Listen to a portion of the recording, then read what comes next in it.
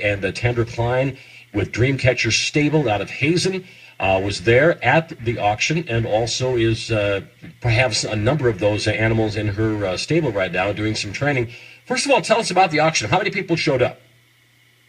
A lot. I would say probably close to 200 in the auction house, but then they also had a live feed to the town hall, I believe.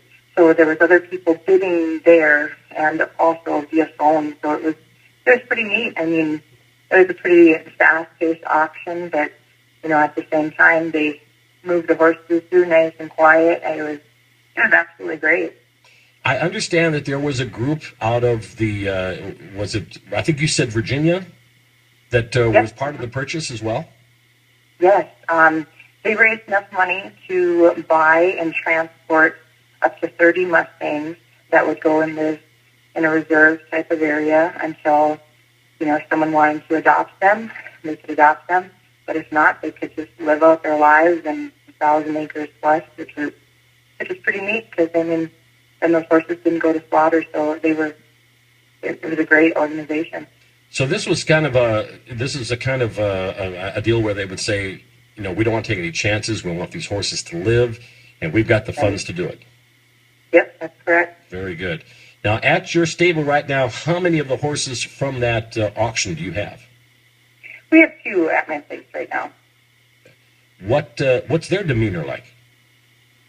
They're 2 weanlings. Very pretty blue roans. They're very quiet.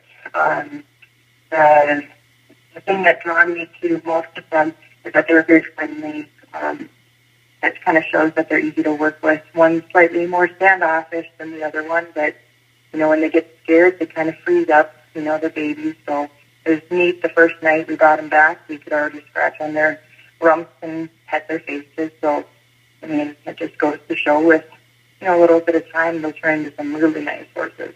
We all know what a pat on the rump can do to us, you know. Okay.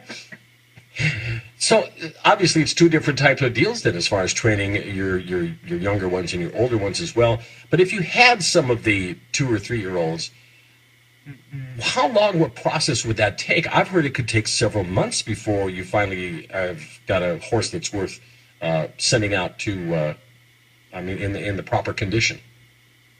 Right, and, you know, if someone approached me about that tomorrow, I would say, you know, we have to do a lot of stuff on the ground. We have to get a bond with the horse. The horse has to be able to trust us.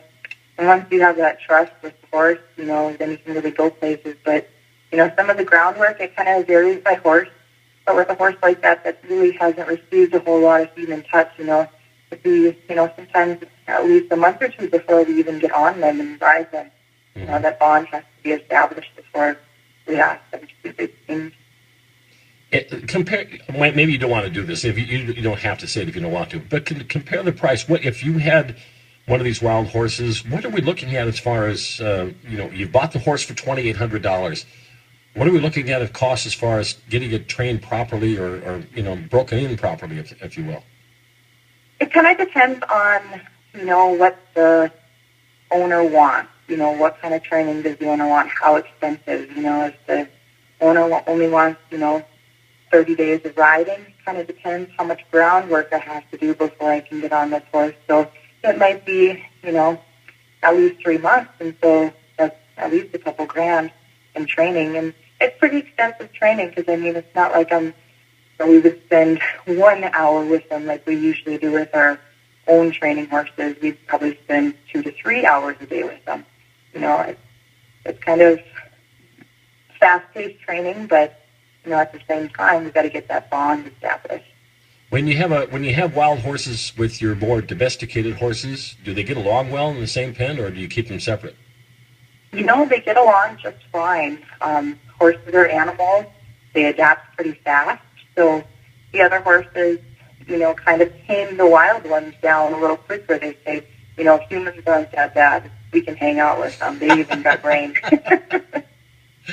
Don't mean to laugh so loud, but that is a good line. That's very good. So you've got the 2 now. Are these 2 from eastern Montana?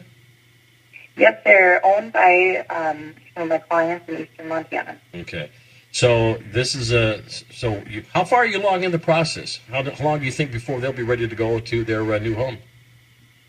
They just wanted us to have them for a couple weeks just to tame them down, make sure, they can put a halter and whatnot on them.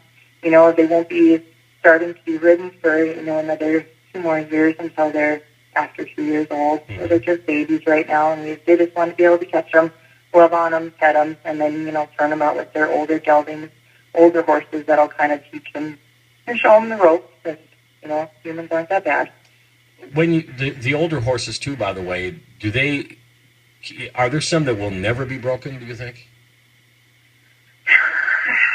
It's kind of a tough question because in the right hands, I believe, but, I've heard of trainers just about getting killed by some of the older, much, 10-plus-year-old studs that have it set in their ways and, they're going to defend themselves no matter what. I've heard of those stories of them getting pretty much trampled and stomped on from these horses, but, it kind of all depends, being slow and steady and going back to that bond, that makes a huge difference. You see, I'm kind of going back to the old urban legends. That's why I asked that question, because you've seen so many television movies or westerns, where they've grabbed a wild horse and they just can't seem to tame the thing down. But that's more that's more not likely to happen than it would happen then, right?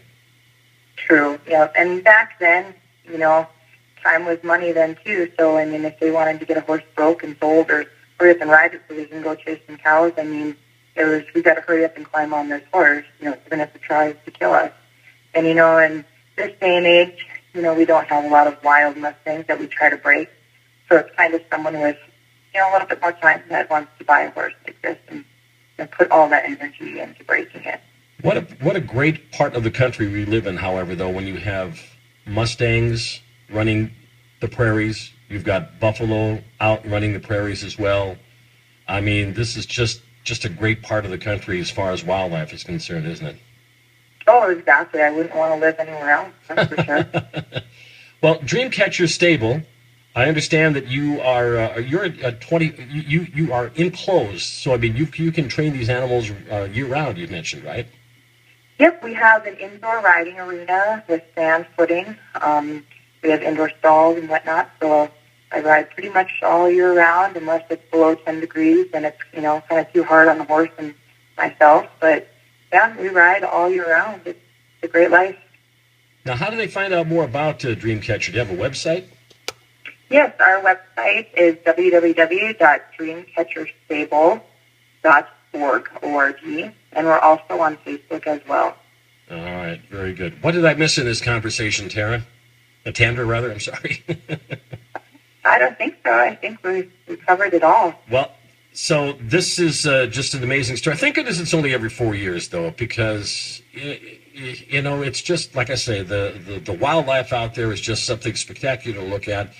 And these are amazing animals, and my hat's off to everybody who purchased one, because, like you say, they're not going to slaughter, they're going to homes, they're going to be living. There's nothing that's going to happen to them unless it's done by another horse, I guess. I'm not sure. Maybe that's a bad thing to say, but anyway. Tandra, I want to thank you so much for joining us tonight here on KFGO. I do have a friend who's going to give you a buzz tomorrow, probably. She's when I told her I was talking to you today, she's already interested in talking to you about visiting you with her horse here in the very near future. So, great. I look forward to hearing from her. Tandra Klein, Dreamcatcher Stable out of Hazen, talking about those wild horses being sold out there at the Theodore Roosevelt National Park. Appreciate it. Have a great night.